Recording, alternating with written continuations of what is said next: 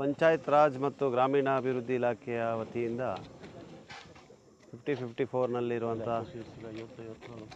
ಅನುದಾನ ಅಂದರೆ ರಸ್ತೆ ಮತ್ತು ಸೇತುವೆಗಳು ಇದಕ್ಕೆ ಇರುವಂಥ ಒಂದು ಅನುದಾನ ಹೆಡ್ ಆಫ್ ಅಕೌಂಟ್ನಲ್ಲಿ ನೀಡಿರುವಂಥ ಹಣದಲ್ಲಿ ಈ ನಮ್ಮ ಆರೆಂಜ್ ಸೊಸೈಟಿ ಹಾದಿ ಹೋಗುವಂಥ ಈ ಒಂದು ರಸ್ತೆಯ ಅಭಿವೃದ್ಧಿ ಕಾಮಗಾರಿಗೆ 30 ಲಕ್ಷ ರೂಪಾಯಿ ವೆಚ್ಚದಲ್ಲಿ ನಾವು ಗುದ್ದಲಿ ಪೂಜೆಯನ್ನು ನೆರವೇರಿಸಿದ್ದೇವೆ.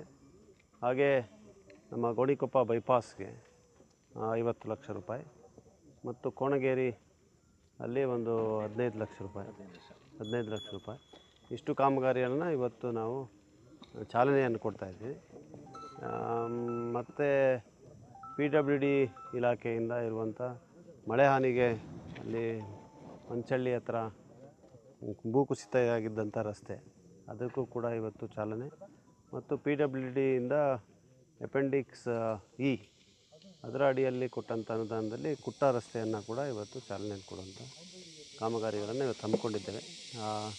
ದೇವರಲ್ಲಿ ಪ್ರಾರ್ಥಿಸಿ ದೇವರ ಅನುಗ್ರಹವನ್ನು ಪಡೆದು ಈ ಕಾಮಗಾರಿ ಅತಿ ಶೀಘ್ರವಾಗಿ ಗುಣಮಟ್ಟವಾಗಿ ನಡೀಲಿ ಅಂತ ನಾವೆಲ್ಲ ಸೇರಿ ಪ್ರಾರ್ಥಿಸಿದ್ದೇವೆ.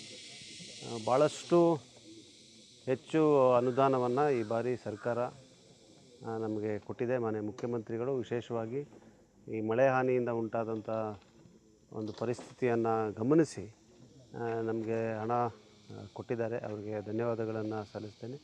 ಈ ಕಾಮಗಾರಿಗಳು ಅತಿ ಶೀಘ್ರದಲ್ಲಿ ನಾವು ಚಾಲನೆಯನ್ನು ಕೊಡ್ತೀವಿ ಮತ್ತು ಈ ಬೇಸಿಗೆ ಕಾಲದಲ್ಲೇ ಮುಗಿಬೇಕು ಅಂತ ಹೇಳುವಂಥ ಒಂದು ನಮ್ಮ ಆಲೋಚನೆ ಇದೆ.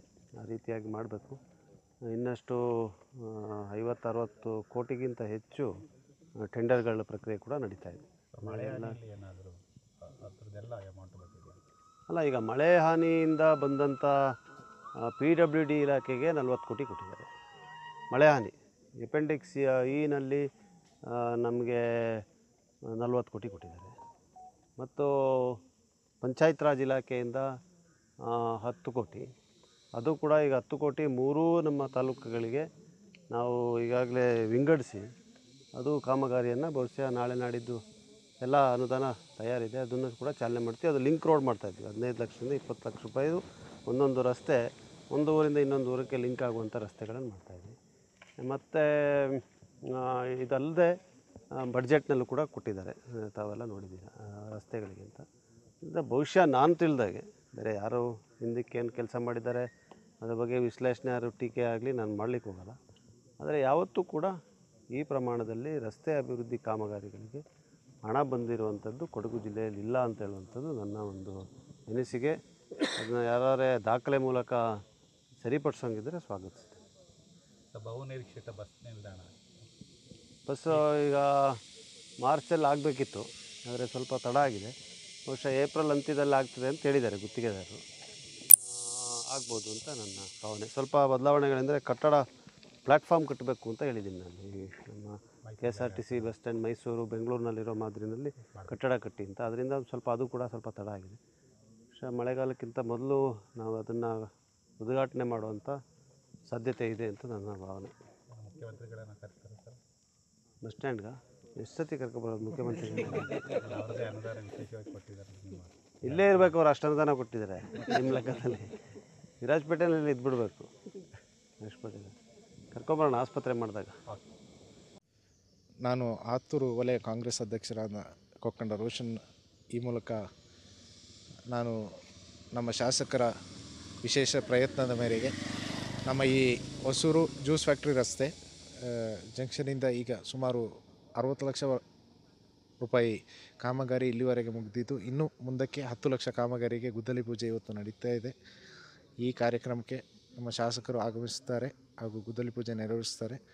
ಈ ಅನುದಾನವನ್ನು ಸಮರ್ಪಕವಾಗಿ ಬಳಸ್ಕೊಳ್ಳೋಕ್ಕೆ ಇಲ್ಲಿನ ಎಲ್ಲ ಗ್ರಾಮಸ್ಥರು ಪರವಾಗಿ ನಮ್ಮ ಶಾಸಕರಿಗೆ ಧನ್ಯವಾದಗಳನ್ನು ಅರ್ಪಿಸ್ತೇವೆ.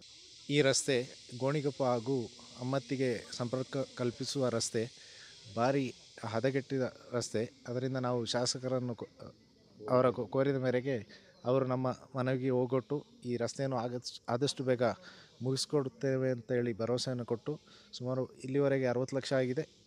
ಪುನಃ 10 ಲಕ್ಷ ಹೆಚ್ಚುವರಿಯಾಗಿ ಕೊಟ್ಟು ಈ ರಸ್ತೆಯನ್ನು ಮುಗಿಸುವ ಪೂರ್ಣವಾಗಿ ಕಾಂಕ್ರೀಟ್ ಹಾಗೂ ತಾರ್ ರಸ್ತೆ ಮಾಡಿ ಕೊಡ್ತೇನೆ ಅಂತ ಭರವಸೆ ಕೊಟ್ಟಿದ್ದಾರೆ ಹಾಗೂ ಇದನ್ನು ನೆರವೇರಿಸಿದ್ದಾರೆ. ಇವರ ಪರವಾಗಿ ನಾವು ಎಲ್ಲ ಗ್ರಾಮಸ್ಥರ ಪರವಾಗಿ ಇವರಿಗೆ ಧನ್ಯವಾದಗಳನ್ನು ಹೇಳ್ತೇವೆ.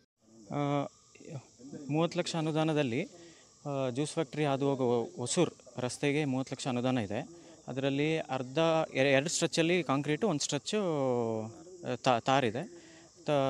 ಕಾಂಕ್ರೀಟು 5 ಮೀಟರ್ಸ್ ವಿಡ್ತ್ ಹೇಳಿದ್ದಾರೆ ಮತ್ತು ತಾರ್ 4 ಮೀಟರ್ಸ್ ವಿಡ್ತ್ ಹೇಳಿದ್ದಾರೆ.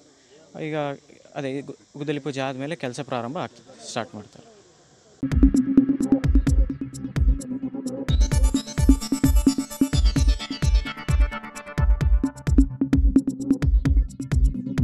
ನಾನು ನಿಮ್ಮ ಜಗದೀಶ್, ಕೊಡಗು ಧ್ವನಿ ಡಿಜಿಟಲ್ ಮೀಡಿಯಾದಿಂದ.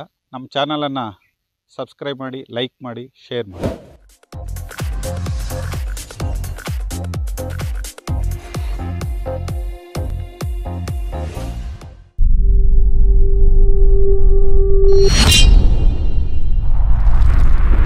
ಕೊಡಗು ಧ್ವನಿ ಡಿಜಿಟಲ್ ಮೀಡಿಯಾ ಇದು ಕೊಡಗಿನ ನಂಬರ್ 1 ಯೂಟ್ಯೂಬ್ ಚಾನಲ್.